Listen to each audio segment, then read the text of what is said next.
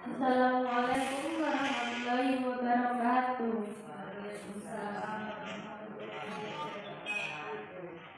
Terima kasih kesempatan yang diberikan kepada saya. Di sini saya akan memaparkan penyebaran pemahaman dan penerapan pengalaman disiplin positif UPT SD Negeri Sido Umur 2 Bangilan Kabupaten Tuban.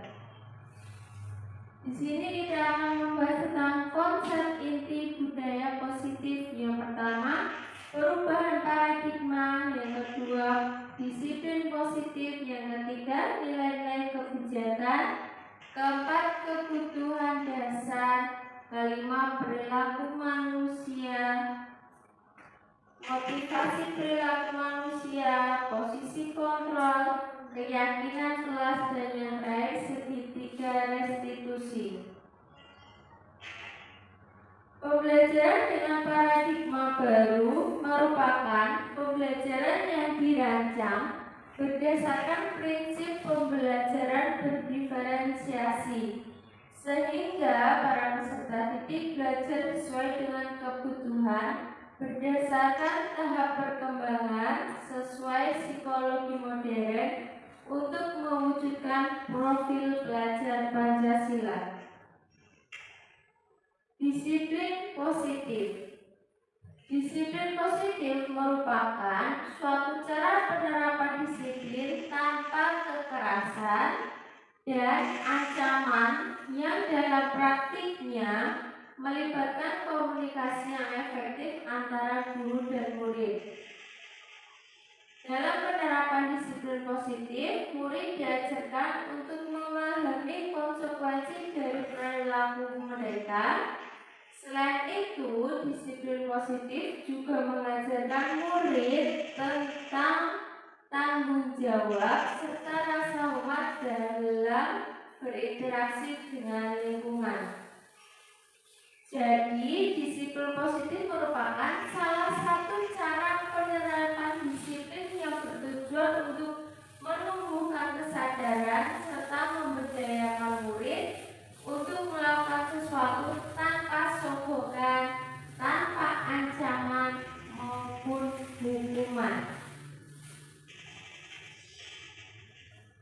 Nilai-nilai kebajikan adalah sifat positif manusia yang merupakan tujuan mulia yang ingin dicapai setiap individu. Nilai tersebut bersifat universal dalam lintas bahasa, suku bangsa, agama maupun latar belakang.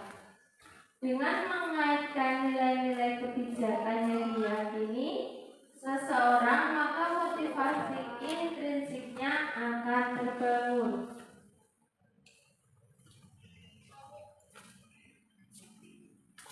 Lima kebutuhan dasar manusia. Yang pertama, kebutuhan untuk bertahan hidup atau survival.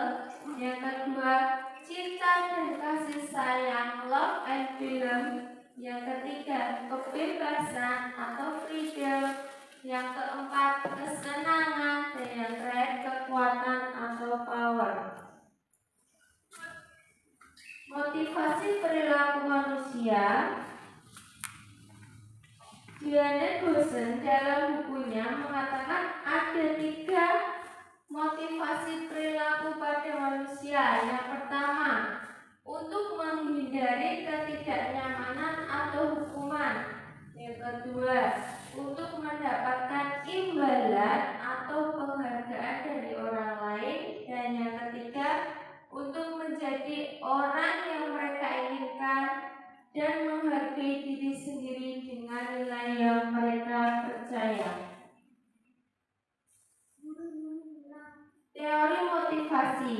Ada 3 macam motivasi. Yang pertama, motivasi eksternal untuk menghindari ketidaknyamanan atau hukuman. Apa yang akan terjadi apabila saya tidak melakukannya? Yang kedua, untuk mendapatkan imbalan dari orang lain. Apa yang akan saya dapatkan apabila saya melakukan Dan yang terakhir, motivasi internal untuk menghargai diri sendiri.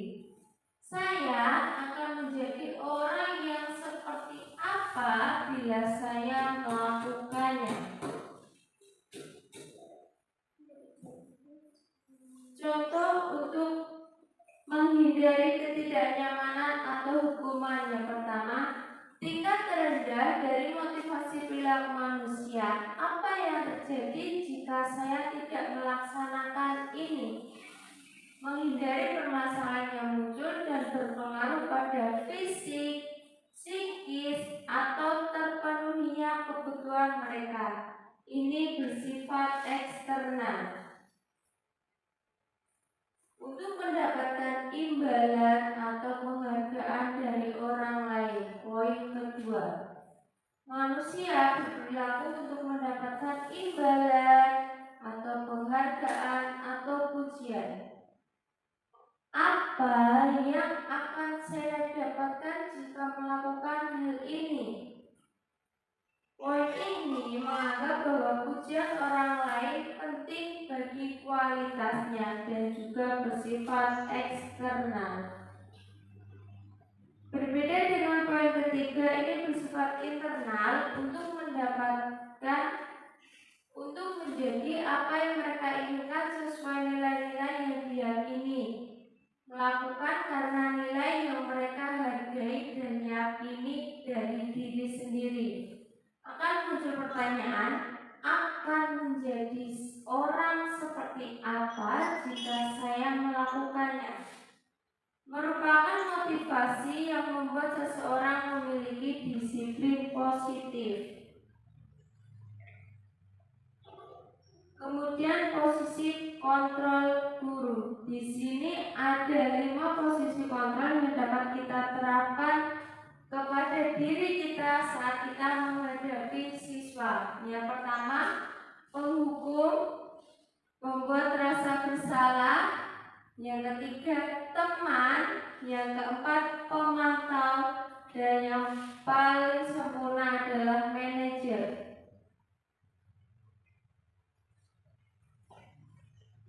Ini adalah rincian dari 5 posisi kontrol.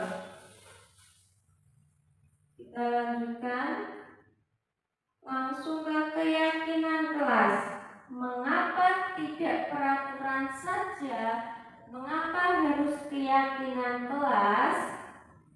Karena untuk mendukung tumbuhnya motivasi intrinsik, kembali ke nilai-nilai atau keyakinan yang lebih menggerakkan seseorang dibandingkan mengikuti serangkaian peraturan tertulis tanpa makna.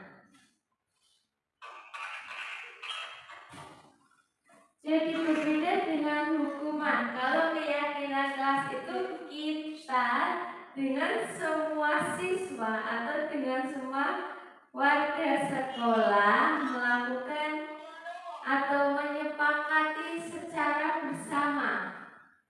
Lalu kita akan membuat pembentukan keyakinan kelas. Pernyataan yang pertama, membuat pertanyaan universal. Dibuat dalam bentuk positif, tidak terlalu banyak sehingga mudah diingat dan dipahami oleh semua warga kelas. Dapat diterapkan di rumah tersebut. Semua warga kelas hendaknya ikut berkontribusi. Jadi keyakinan kelas itu dapat kita buat bersama murid.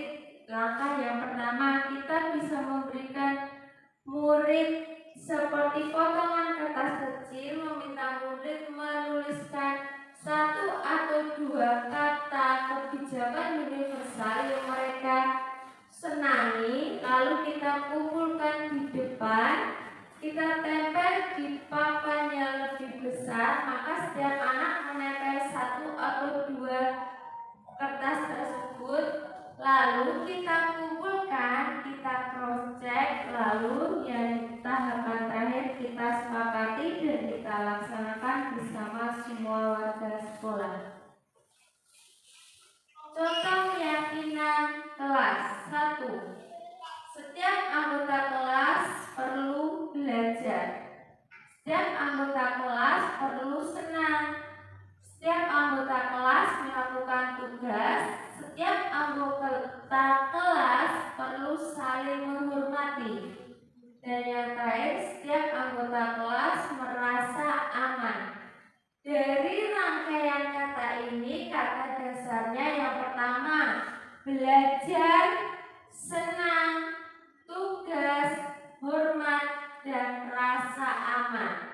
Kita dapat merangkai sendiri katanya. Anak hanya perlu menuliskan kata atau kebijakan universal sesuai keinginan mereka. Dengan menyepakati keyakinan bersama, murid diharapkan mewujudkan motivasi intrinsiknya, tidak lagi motivasi eksternal seperti dengan pemberian penghargaan.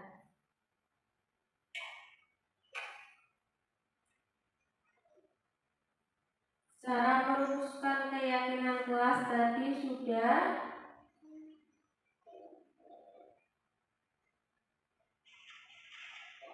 Yang pertama, murid menulis sesuai keinginannya. Yang kedua, murid menempel hasil tulisannya dan disepakati semua warga kelas. Yang terakhir, segitiga restitusi merupakan proses dialog yang dijalankan oleh guru atau orang tua agar menghasilkan murid yang mandiri dan bertanggung jawab. Ada 3 tahapan segitiga restitusi. Yang pertama, menstabilkan identitas, validasi kebutuhan, dan menanyakan keyakinan.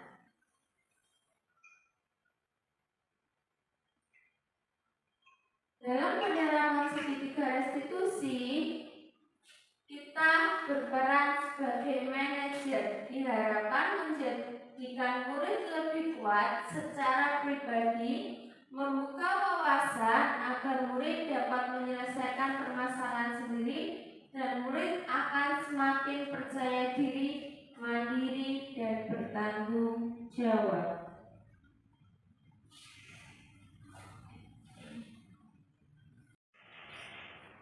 Assalamualaikum warahmatullahi wabarakatuh.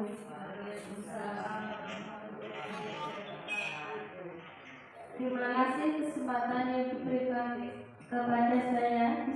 Keyakinan kelas dan yang terakhir, segitiga restitusi. Pembelajaran dengan paradigma baru merupakan pembelajaran yang dirancang berdasarkan prinsip pembelajaran berdiferensiasi, sehingga para peserta didik belajar sesuai dengan kebutuhan berdasarkan tahap perkembangan sesuai psikologi modern untuk mewujudkan profil pelajar Pancasila.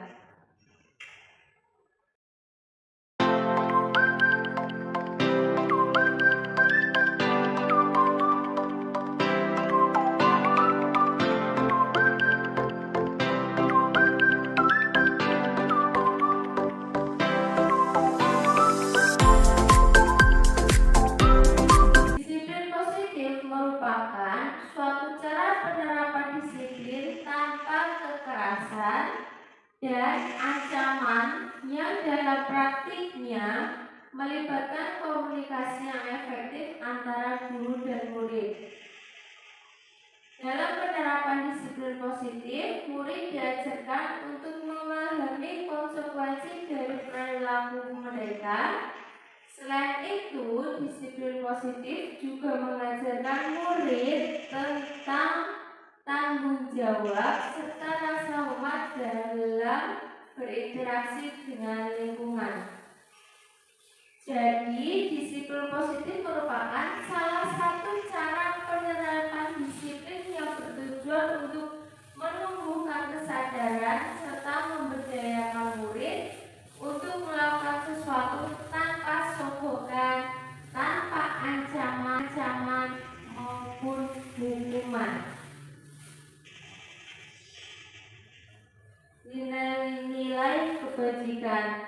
adalah sifat positif manusia yang merupakan tujuan mulia yang ingin dicapai setiap individu. Nilai tersebut bersifat universal dalam lintas bahasa, suku bangsa, agama maupun latar belakang. Dengan mengaitkan nilai-nilai kebijakan yang diyakini seseorang. 5 kebutuhan dasar manusia. Yang pertama, kebutuhan untuk bertahan hidup atau survival. Yang kedua, cinta dan kasih sayang, love and belong. Yang ketiga, kebebasan atau freedom. Yang keempat, kesenangan. Dan yang terakhir, kekuatan atau power. Motivasi perilaku manusia. Diana Dawson dalam bukunya mengatakan ada 3 motivasi perilaku pada manusia. Yang pertama, untuk menghindari ketidaknyamanan atau hukuman. Yang kedua, untuk mendapatkan imbalan atau penghargaan dari orang lain. Dan yang ketiga, untuk menjadi orang yang mereka inginkan dan menghargai diri sendiri dengan nilai yang mereka percaya. Teori motivasi. Ada 3 macam motivasi. Yang pertama, motivasi eksternal. Untuk menghindari ketidaknyamanan atau hukuman. Apa yang akan terjadi apabila saya tidak melakukannya? Yang kedua, untuk mendapatkan imbalan dari orang lain. Apa yang akan saya dapatkan apabila saya melakukannya? Dan yang terakhir, motivasi internal untuk menghargai diri sendiri.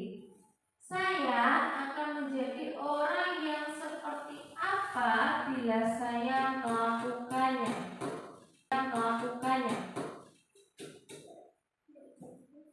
Contoh untuk menghindari ketidaknyamanan atau hukuman. Yang pertama, tingkat terendah dari motivasi perilaku manusia. Apa yang terjadi jika saya tidak melaksanakan ini? Menghindari permasalahan yang muncul dan berpengaruh pada fisik, psikis, atau terpenuhinya kebutuhan mereka. Ini bersifat eksternal. Untuk mendapatkan imbalan atau penghargaan dari orang lain. Poin kedua, manusia berperilaku untuk mendapatkan imbalan atau penghargaan atau pujian.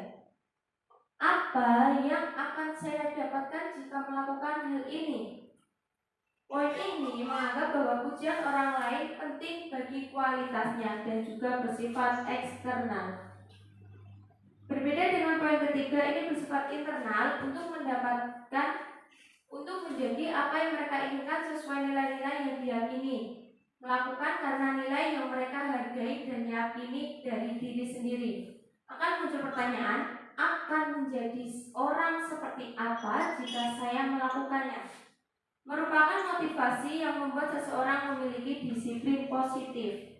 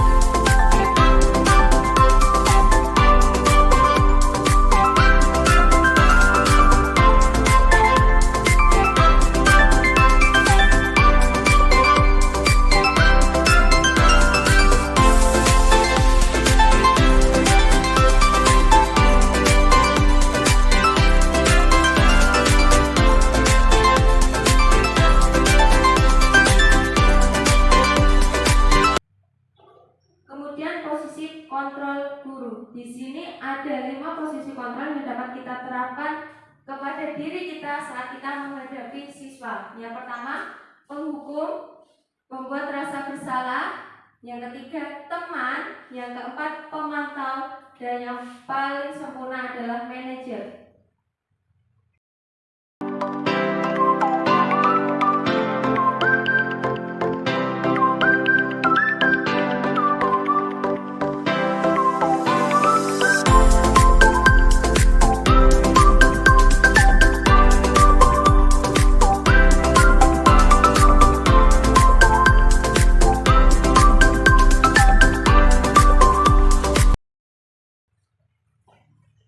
Ini adalah rincian dari 5 posisi kontrol.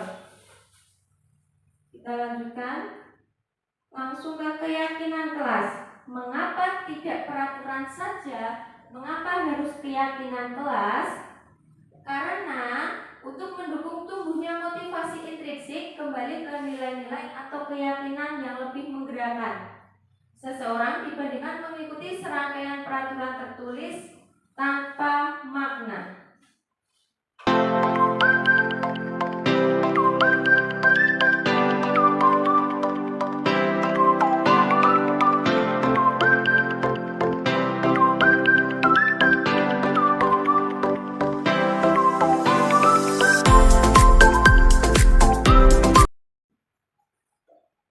Jadi keyakinan kelas itu dapat kita buat bersama murid. Langkah yang pertama, kita bisa memberikan murid seperti potongan kertas kecil, meminta murid menuliskan 1 atau 2 kata kebijakan universal yang mereka senangi, lalu kita kumpulkan di depan, kita tempel di papan yang lebih besar, maka setiap anak menempel 1 atau 2 kertas tersebut, lalu kita kumpulkan, kita cross check, lalu yang tahapan terakhir kita sepakati dan kita laksanakan bersama semua warga sekolah. Contoh keyakinan kelas. 1. Setiap anggota kelas perlu belajar. Setiap anggota kelas perlu senang. Setiap anggota kelas melakukan tugas. Setiap anggota kelas perlu saling menghormati. Dan yang terakhir, setiap anggota kelas merasa aman. Dari rangkaian kata ini, kata dasarnya yang pertama, belajar, senang, tugas, hormat, dan rasa aman. Kita dapat merangkai sendiri katanya, anak hanya perlu menuliskan kata atau kebijakan universal sesuai keinginan mereka.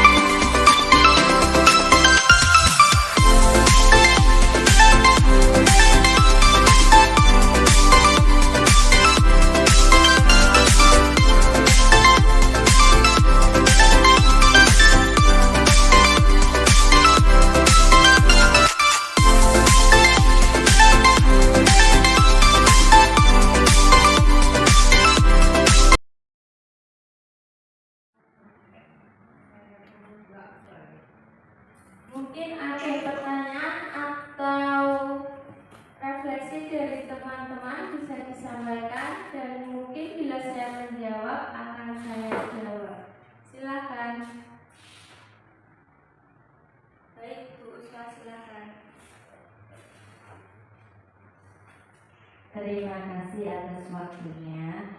Di sini saya akan bertanya, coba dengan paringi contoh atau berikan contoh kalimat menstabilkan identitas pada anak. Cukup. Terima kasih. Terima kasih pertanyaan yang diajukan oleh Buswa. Di sini saya akan menjelaskan tentang menstabilkan identitas pada proses segitiga restitusi. Menstabilkan identitas bertujuan untuk membuat anak yang merasa gagal karena membuat salah menjadi positif terhadap dirinya. Di sini guru dapat berkata, berbuat salah itu hal yang manusiawi. Yang kedua, tidak ada manusia yang sempurna.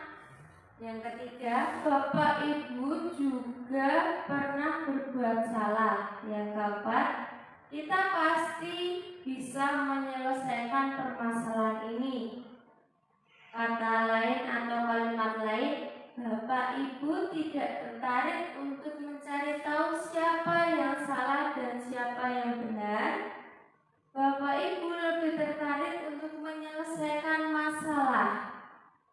Kemudian, kalau kamu menyalahkan dirimu sendiri terus-menerus, apakah kamu bersikap baik pada dirimu sendiri? Nah, dari beberapa kalimat ini bertujuan untuk membuat anak itu, kalau dia merasa bersalah itu tidak ada tekanan berlebih pada dirinya. Jadi dia bisa berpikir depannya, dia bisa berpikir, oh, jadi yang saya lakukan itu memang saya salah, tetapi saya pasti bisa menyelesaikan masalah ini dan pasti ada jalan keluar. Seperti itu Bu Uswa, mungkin ada tambahan atau yang lain? Sudah, terima kasih. Ya, terima kasih. Untuk Bapak Ibu lainnya, apakah ada pertanyaan lain? Cukup, terima kasih. Sekian paparan dari saya, kurang lebihnya saya mohon maaf. Semoga paparan kali ini bermanfaat dan dapat kita terapkan di masing-masing kelas kita sendiri. Kurang lebihnya saya minta maaf. Wassalamualaikum warahmatullahi wabarakatuh.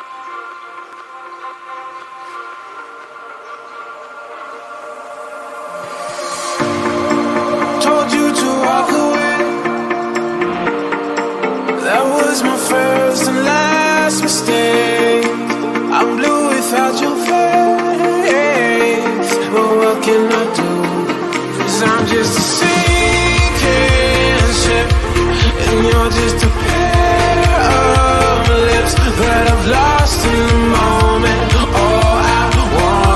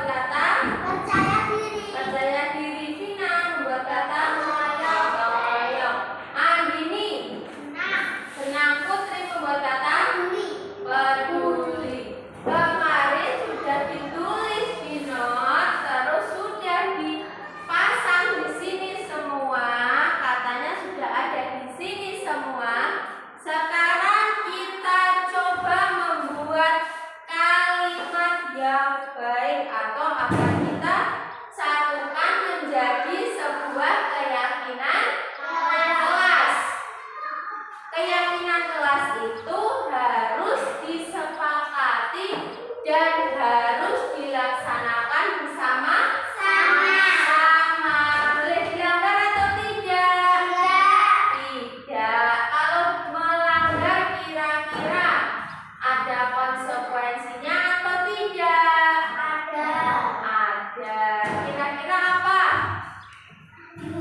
Misalkan ada anak yang kita ambil poin rasa hormat, misalkan jika saat lewat kantor ada bu guru di depan pintu, jika dengan sengaja memanggil ibu guru dengan sebutan nama, tidak ada kata bu atau kata pak di depan nama tersebut, apakah itu sopan? Iya. Apakah itu menunjukkan rasa hormat? Iya. Tidak. Berarti kita melanggar keyakinan kelas atau tidak? Iya. Iya. Jika ya manggil ibu guru dengan sebutan nama, tidak ada kata bu. Kira-kira jika hormat atau tidak? Berarti jika melanggar keyakinan kelas atau tidak? Melanggar, maka harus ada konsekuensinya, akan ada akibatnya. Bisa saja nanti kita dipanggil ke kantor oleh bapak atau ibu guru, atau akan kita bicarakan di dalam kelas. Kita sepakati kira-kira apa konsekuensi bagi anak yang tidak hormat. Coba ada yang tahu, ada yang mau beri masukan? Diapakan? Apa kira-kira hukumannya? Push up, kuat juga push up.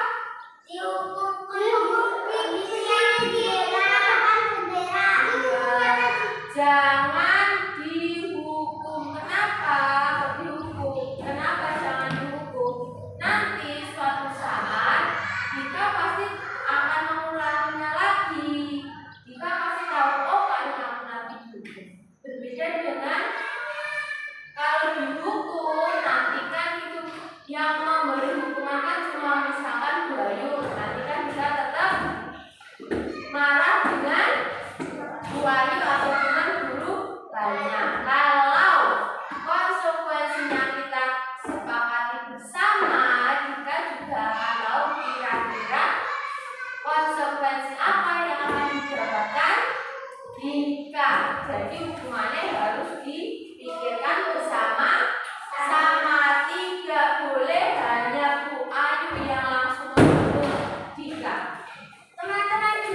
Teman-teman harus tahu konsekuensinya, dan jika menyetujui apa itu konsekuensinya. Paham? Paham.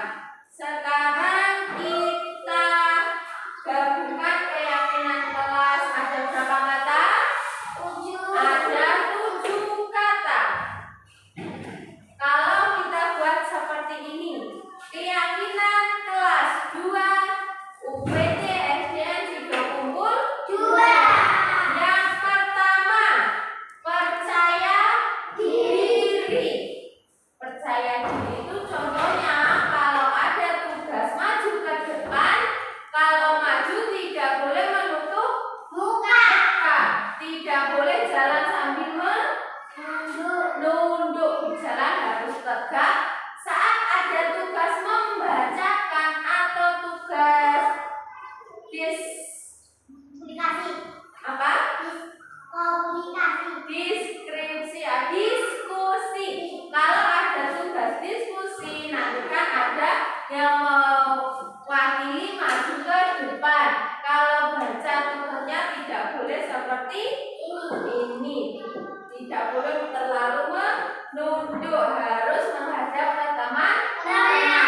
Tidak usah malu, harus percaya diri. Kamu harus berpikir seperti ini. Saya bisa. Gak boleh punya pikiran saya tidak bisa. Saya nanti pasti jawabnya salah. Jawaban saya kurang benar. Itu tidak boleh. Kamu harus percaya diri, harus berpikiran seperti ini. Saya berani maju ke depan. Teman-teman menatap saya, melihat saya, dan saya harus Jawaban saya yang saya bacakan pasti benar. Benar salah nanti guru yang menilai. Jadi kamu harus tetap percaya diri dan berpikiran kalau jawaban kamu itu benar. Yang kedua, baik hati. Coba kalian minta contoh baik hati itu yang seperti apa? Memberi teman jajan saat temannya tidak punya jajan. Meminjami pembahaku. Meminjami teman pensil. Meminjami pulpen. Membantu rakyat kecil. Benar Pak Presiden. Terus membantu orang jatuh. Itu adalah iya bisa. Itu adalah contoh baik hati. Sudah disebutkan tadi banyak contoh, berarti harus bisa ya kan? Dicontohkan, dilakukan.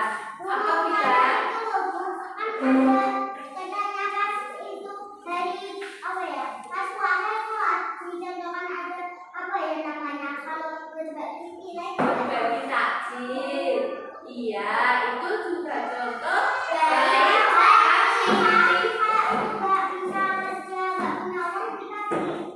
Iya, kalau kamu punya uang berlebih atau rezeki berlebih, bisa kita berikan kepada orang yang kesusahan atau orang yang membutuhkan. Iya. Poin ketiga, senang. Senang adalah senang dulu. Senang. Kita di dalam kelas sebisa mungkin harus merasa senang. Jika ada temannya yang bersedih, apa yang bisa kita lakukan? Menghiburnya, membujuknya, terus dienang-enang. Bila temannya nangis, dienang atau tambah dibujuk? Dibujuk bila dari tidak boleh. Lebih baik kita membuat teman tersebut merasa senang. Kalau hati kita senang, kita harus membuat sekeliling kita juga merasa senang. Yang selanjutnya, gotong royong. Apa itu gotong royong? Iya, contohnya membersihkan selokan, bekerja bersama sama, membersihkan membersihkan masyarakat desa, bekerja sama, membersihkan selokan. Gotong royong apakah bisa dilakukan satu orang? Tidak. Apakah bisa dilakukan dua orang? Gotong royong harus dilakukan dengan bersama. Misalkan satu kelas ini semua bekerja sama membersihkan halaman depan kelas, itu juga contoh gotong royong. Terus kalau sekitar rumah contoh gotong royong apa yang kamu tahu? Kamu pernah melihat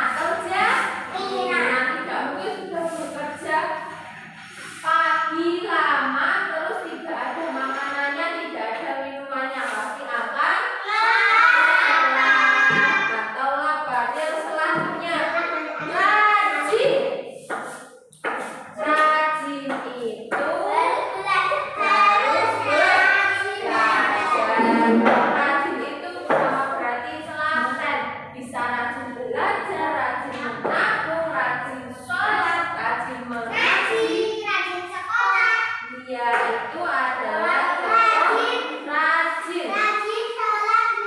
Rajin sholat 5 waktu. Rajin taraweh. Berarti kata rajin itu harus kita lakukan kegiatan yang harus kita lakukan secara berulang. Tidak mungkin kamu sehari sholat cuma 1 kali. Apakah mungkin? Sholatnya berapa kali?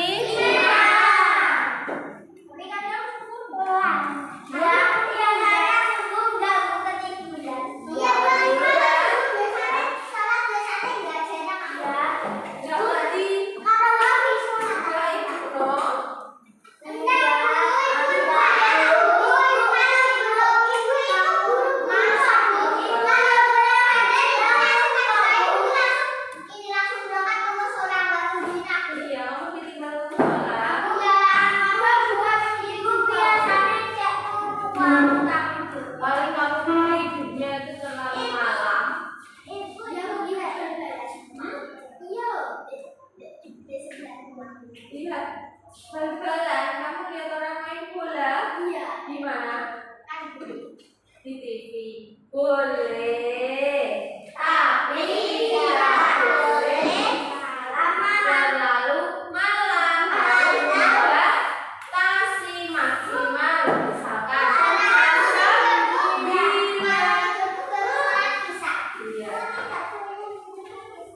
Iya, tidak boleh terlalu dekat. Kalau melihat TV, misalkan TV-nya di sini, kamu lihatnya seperti ini, boleh? Tidak. Main HP, HP-nya di sini, boleh?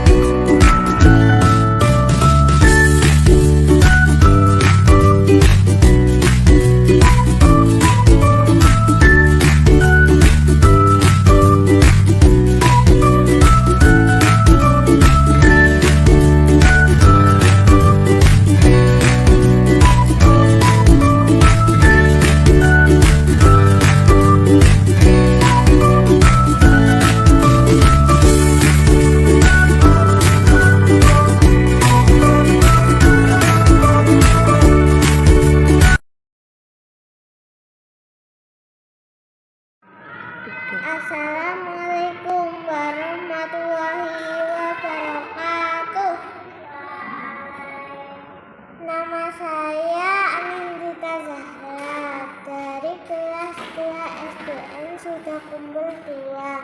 Hari ini kami telah membuat keyakinan kelas bersama Bu Ayu. Saya sangat senang menyampaikan hal positif yang baik menurut saya, sehingga kami bisa mematuhi peraturan sesuai keyakinan kelas yang kami buat dan disepakati bersama. Sekian dari saya, terima kasih. Wassalamualaikum warahmatullahi wabarakatuh. Assalamualaikum warahmatullahi wabarakatuh. Setelah saya melaksanakan segitiga restitusi bersama Bu Ayu saat saya melakukan kesalahan, saya dibuat merasa nyaman dan senang daripada dimarahi ibu guru. Sekian dari saya. Wassalamualaikum warahmatullahi wabarakatuh.